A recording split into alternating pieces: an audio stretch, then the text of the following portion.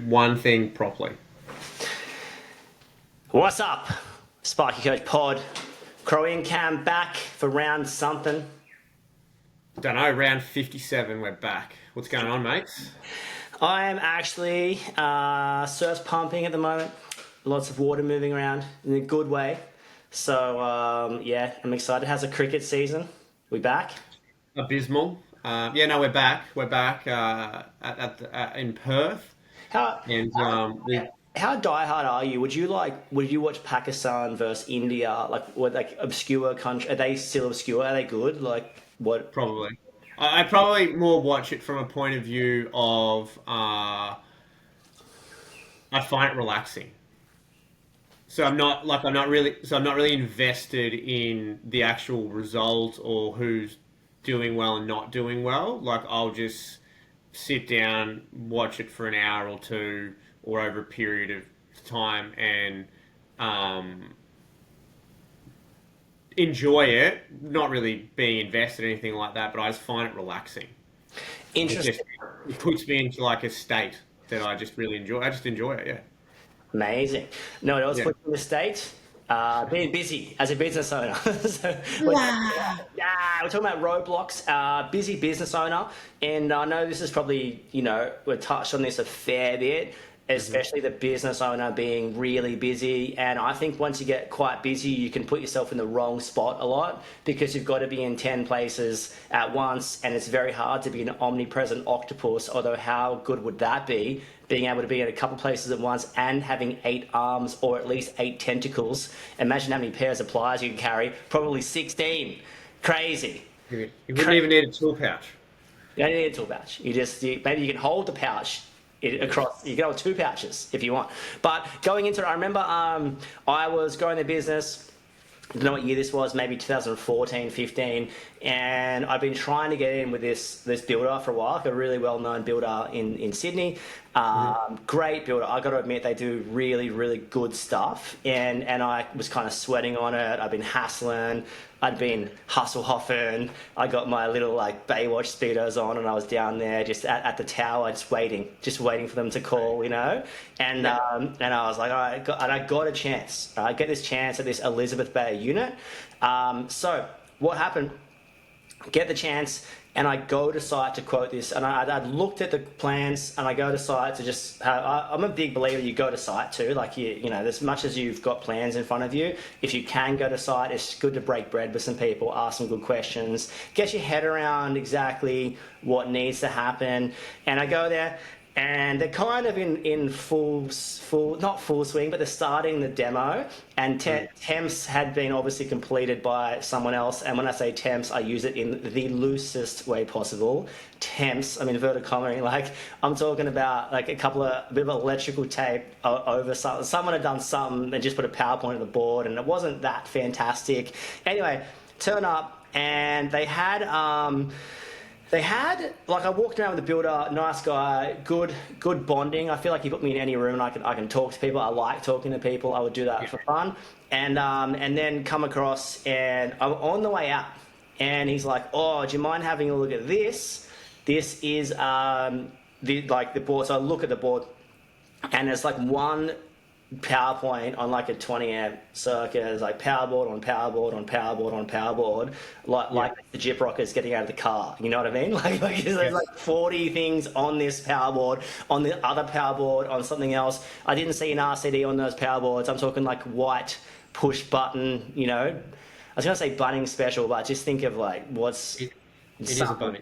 something It's an special. Alex special.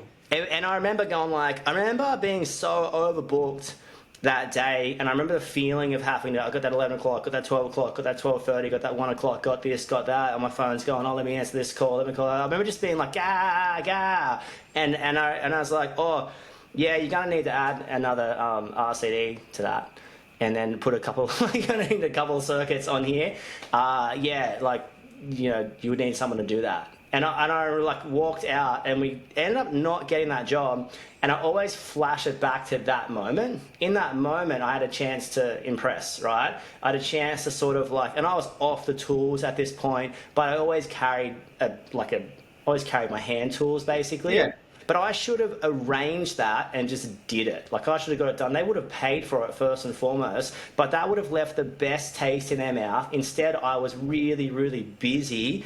And what I'm trying to say here is I walked out of that job and I neglected an opportunity that if we were quiet, I would have gone like, let me go to the wholesale. I'm going to get that. I'm going to come back. I'm going to do this. And I put pole fillers in. Like, I would have gone way over and above. And I think, like, to some extent, you've got to bottle up that feeling of when you're quiet and apply it to when you're busy, because it's crazy the amount of things you do when you're like, if I was coaching myself at that moment, I'd be like, you idiot, like Ren and Stimpy style. Just be like, you're an idiot. Like, why would you do that? But that's the stage I was in, right? That's the stage I was in. I was just so manic, so busy, going from job to job, from space to space, and place to place, and probably just like, I'd like to say putting out spot fires, but probably creating as many spot fires as I was putting out, and maybe like not even putting them out. Maybe just like throwing petrol on them. I was like pouring. I was hard to know if I was using a fire extinguisher or gasoline or gasolina. Yep.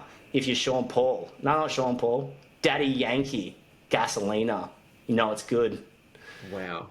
What a time to be alive. Wow. Yes. Anyway, so I've always flashed back to that, being like, okay, I wanted that client for a long time. I wanted that job. That was a great job, maybe like a couple $100K in a unit, like automated, and it would have been awesome. We had the right team for it. I had the right temperament for it. They were the right fit for us. We were the right fit for them. Bam, blew it. Just due to being too busy and not seeing the forest and the trees, trying to get to my next appointment rather than prioritizing the appointment I'm at. So then I look back at that whole stage and I'm like, you know what was the biggest bottleneck for me at that time? Was admin. The admin was overwhelming me, and I hadn't quite worked out that that's not my job. Like, admin shouldn't be my primary role description. I should be able to hand over that. And it was crazy that, you know, I lost a fantastic client and we didn't get them back. And I think some things you don't get another chance at, you know? So anyway, business owner being too busy, what do you think? So I probably want to delve in a bit further than that with you there, Crowie, on that. Can you remember what else you had on that day? Like, do you remember really what other appointments these appointments that you sort of had to get to and things like that? I remember, so I was pretty religious. Like, we only left the office. If I left the office, I'm out. If I'm in the office, I'm in. So I was pretty good at that part of it. But I remember just being overbooked. I remember trying to actually achieve too much in the day. And I think I had to get to probably a couple more appointments that I was probably late to at that point. So going to site. But looking back, if all I did was do that RCD, extra PowerPoint, temps, tidy up, do some tags for them, bring them a coffee, that would have been the best decision I made that year. You know, It was so bad looking back at it. But it's amazing when you get busy, what you think is important, you know, and when you get busy, your perception of what's important can be clouded very easily. And when you're operating in that sort of I'm not a scientist, but you're operating in that cortisol state, when you're operating in that manic state, that state, it's amazing what you miss. So don't be me. Pull it back. Nah, it's interesting on that. I think we'll jump into the admin side of things, but I think this is an example that a lot of business owners can relate to.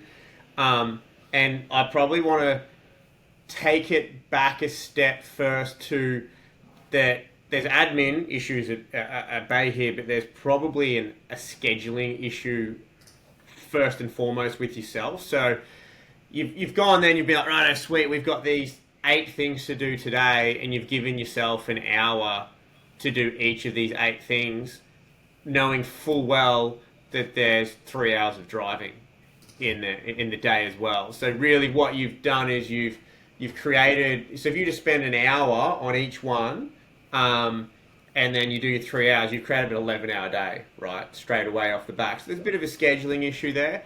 I think the other thing that it plays into here is the kicking the can down the road theory, which is in essence what you did with that particular client. It was like, yeah, sweet, we can, yeah, no worries at all. They're actually asking you to just get this sorted there, but in your mind, it's like, yeah, we can get it sorted, I don't know when I'll get it sorted. I don't know how I'm going to get it sorted. So what I'll do is I'll deal with it later instead of dealing with it now. So it's a funny one. It's like you go to that job to quote, and then you make some notes while you're there, and instead of just doing it while you're there, or doing it to the point that it can be passed on, or the next stage needs to be done, or collating all of the information, be like, hey, it's all dressed up in a bow, and then the next step is this here. It's, I'll just write these notes and I'll do it later on. Or So write notes and think you'll remember. think you'll remember and do it later on. So, and because you're really busy and manic, at a manic speed, you're just worried about doing the next thing rather than doing the thing on. And I think what happens here is it then plays into a lot of things. So not only have you let down that client there, what you're doing is you're actually letting down all of your clients that you have existing on your books, basically. So your existing clients that you're servicing. So within that day, you might have had a couple of site visits with a couple of clients that you already knew. Might have been a few new clients that you were coming to potentially get as well or meet with. Like, I don't really know exactly what was happening there, but let's just say that was the theory around the day. The thing is, right, if you just took the time to service 4 of those people 100% that day, you probably would not have required the more work that you're looking for, or hey, I really need this new client sort of thing, because you might have picked up that new client who you've been hassling for ages, then you did 3 site visits with the existing clients, because generally a site visit leads to more work, because you're chatting to them, you're finding about where their next job's happening. I'll send you the plans for that when you get a chance, when I get a chance back in the office, so you can have a price that for me. Oh, hey, thanks for coming along here. The owner's been talking us to about this outdoor area here. They want us to do a pool house. What do you reckon that'd cost roughly? Like, you know, if I throw down 25K, do you think that'll cover off some sub-mains and bits and pieces like that? So I think creating this busyness that we get into through scheduling, through having too much admin on, it actually has the complete opposite effect on, it creates the opposite effect of what we think is needed. We're thinking we need more work, more clients, more bits and pieces, but actually what we really need is we just need more time to do the things we're doing really poorly at this point in time. Yeah, it's super interesting to talk about because it's like, you know, you asked me what I was doing and like I can't even remember that day. Like probably not that important stuff. But it just gets you thinking about like where your time is spent as a business owner. It's so important to sort of document and give yourself some rhyme or reason. The first and foremost mistake you see is like you see it when people start scheduling on-site stuff. They overbook their day, and then an experienced scheduler will be like, oh no, we'll buff that out a little bit, and we'll actually organise that suburb in a line, and we'll put that job to Thursday because that seems like we're going to go straight over here. Inexperienced scheduler will like lump everything together and just try and optimistically overachieve Optimus Prime style, like Transformer alumni, just psycho activity. So it's just okay, sweet. So you do that, you take the same thing usually straight to the office. So when you start going out to site, now all of a sudden you're trying to get to 13 sites today, or 8 of these, or 4 of these, or whatever. And it gets really just it's impossible to actually achieve. And huge thing what you're saying with the quoting side of things, you see people take notes or not take notes and thinking they remember or thinking they'll do it this afternoon. You're better off sitting on site with a computer and getting that quote out, going to the cafe and getting that quote out, going back to the office, getting that quote out, taking all the details down. This is where scripts come into it for quoting, or good questions that you need to be answered, because it's like when you get back, you're not going to remember as much as you think you are, ever. Like, I don't remember anyone that's like got that photographic memory of stuff. There's so much things that you forget. And a lot of us think with that guy from Suits, is it Mike Ross, with that photographic memory? Is it Mike Ross? Yeah. Great. Like, great analogy there, because I was like, oh yeah, I can quote that, I can do this, I can get that, but it's like in reality we forgot those 4 data points, that southwest corner that they added when we were in there. Oh damn it, I need like a 32-foot scissor, not a 19-foot scissor. Like all the kind of little stuff that adds up that gets embarrassing and costs money can actually be alleviated normally early on. Plus you want to do a really, really good, thorough job. I often wonder, how many quotes are lost through that conversion process being poor. Like, you get the right opportunity, you go to site, you break bread, you talk to them, and then you don't get a quote back to them, or then you get bogged down somewhere else, or then you're like, and when someone's chasing you for a quote, I think that it's come too far now. Like, that's not okay. You should always be on the other side of the phone. I know you get busy, people get busy, but it's like, if you weren't going to try and get it out on time or on site, then why did you even go there in the first place? And a lot of times, it can be alleviated by just some really clever planning of the week. Going, okay, sweet, my site visit's at this point, and then I'm out all day Tuesday, going to take all the notes. So Wednesday I come back and I've allowed 4 or 5 or 6 hours for those quotes. Bam, bam, wham, thank you, Pam. Talking about Makes sense. Yeah, definitely talking admin. It's a funny one on that too, is that there's no point. This is, I think, around the quoting side of things. If we're touching on, we'll go a little bit further into other areas. But on the quoting, there's no point going to do another site visit if you've got 20 quotes that you haven't got out already. Because the focus should be on, well, let's get these 20 out first before we even go on to trying to have more site visits. And I think what we find is, in the admin side of things, we just get stuck in a bit of a rut, I guess, around, maybe not a rut, but stuck in I need more work, I need more work, I need more work, rather than looking at what work do we already have here, what potential work do we already have here, and what potential work can we leverage off our existing, what we have here in front of us. And what often you'll find is it can develop and breed a lot of work. And it's really funny, I always find it amazing when people get frustrated with variations on site. It's like, oh, we were meant to be out of here 2 days ago and we're still here, sort of thing. Different if you were here 2 days ago and it's quoted and you're now 2 days over time. If you're there for 2 extra days because they've added bits and pieces, this is because you're doing a good job. Like, they like you, you've got a relationship with them. So I understand that it can be a little bit frustrating at times, but you got to look at it as, hey, like, this person is willing just to basically give us work for no other reason other than they like us and they want it done. So I think you need to look at it as like, hey, we've got our client here already. They're going to be giving us all our work. But if we turn back to what you were beginning before, generally speaking, having a build-up of the admin creates the level of, I've got a million things to do, because you're not getting anything done. You're like, I've got to get invoicing done. I've got to get that quote out. I've got to get that document signed. I've got to get back to the bank regarding that particular loan.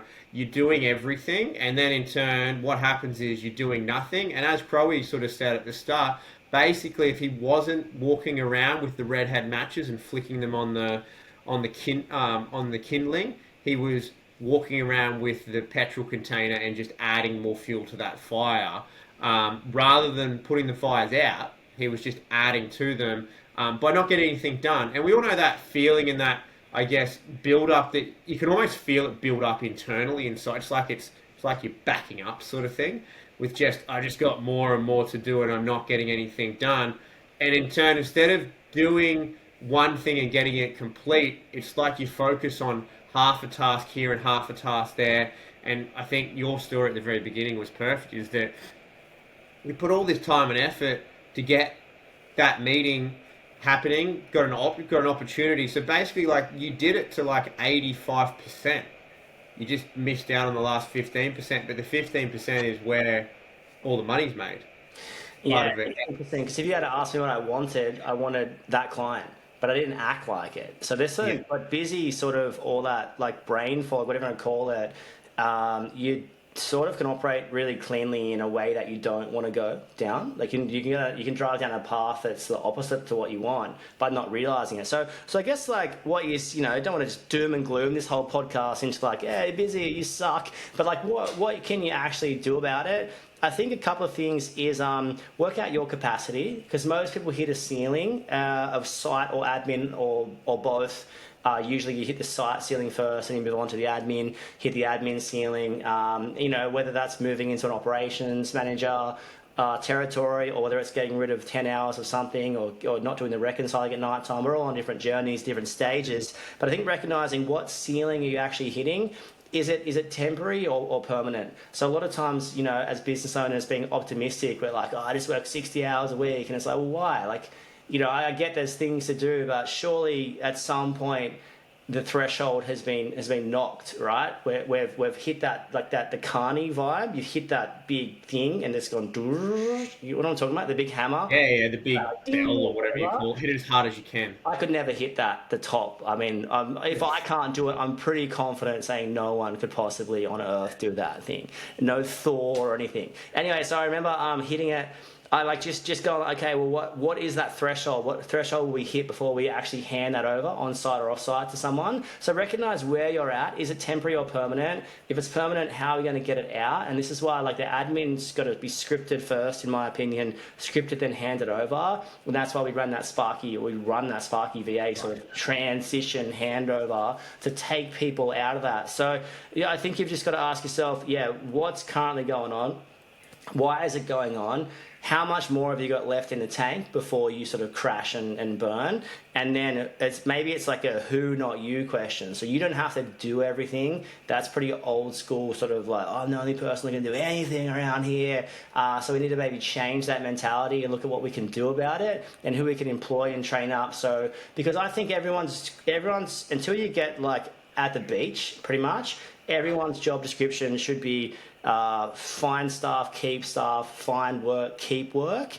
Keeping in mind that keeping staff and keeping work is just as important, or maybe more important, than finding staff and finding work. Because if you're just there, you can really, if you're just keeping what's existing, that's what you want. You don't want to keep looking for new clients. There's so much energy, so much time, so much hassle, so much hustle off, and then quoting. If you can just do those 5 things and do them well, eventually that's the job description. And then once you get to that, once you reach capacity there, then you can start to hand a bit of that over. So ask yourself, what are you currently doing?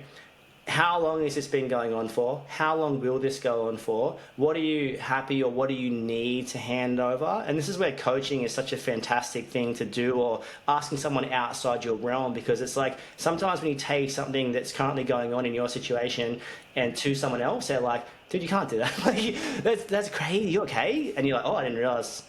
Like, I didn't know. I thought it was normal. And that's the whole thing, of just, you do need advice from people who have done it before, because if you keep hanging around people that are at the same level as you, you're only get the same advice. Doom, gloom, this sucks, nowhere to go, 60 hours a week. Oh, cool. Like, well, what's the point, So anyway, that's my 2 cents in wrapping up. What's your 2 cents there, Cam? I think it's just identifying what your capacity is, like you said. You really need to understand where that lies. Think then the next thing is like, what do you really enjoy doing and what are you good at? And understanding that, we all have strengths, we all have weaknesses, and play to them. Because what it does is then it makes things enjoyable. And the reality is like, you want to enjoy what you do. You want to enjoy work. You want to enjoy life. You want to, want to enjoy the good things. Get the good vibes out of it. You don't want to be, if you don't like quoting, you don't want to be doing all of the quotes, because it's not enjoyable to, like, you'll build up resentment, then mistakes happen and things like that. So I think it's about identifying where your shortfalls are, what you're good at, and then having a look at your capacity to then have the ability to pass on that workload onto others. Because the thing is here, and this is probably what I want to finish on, is that you're not the best administration person that's ever walked this planet. You're not the best electrician, to be perfectly honest, that's ever walked this planet. There are other people out there who are willing, able, and really enjoy doing the stuff that you don't enjoy doing. So there are actually people out there who can take this off you and take this administration burden away from you, so you can get back to doing the things that you enjoy. And in turn, you have more time to land those opportunities that come across their desk. Because if you think about it, sometimes you only need a few opportunities in a year to make big changes to your business. Because if you have a client who can throw hundreds of thousands of dollars of work at you per year, the reality is that probably can be life-changing for you personally, but also your business. So you want to have a look at those opportunities and have the ability to take them when they present them to yourself. So find out what you like, find out what you enjoy doing, and find out where your capacity's at, and then look to start to make change. So, yeah. Nice work, guys. See you soon. Catch you all.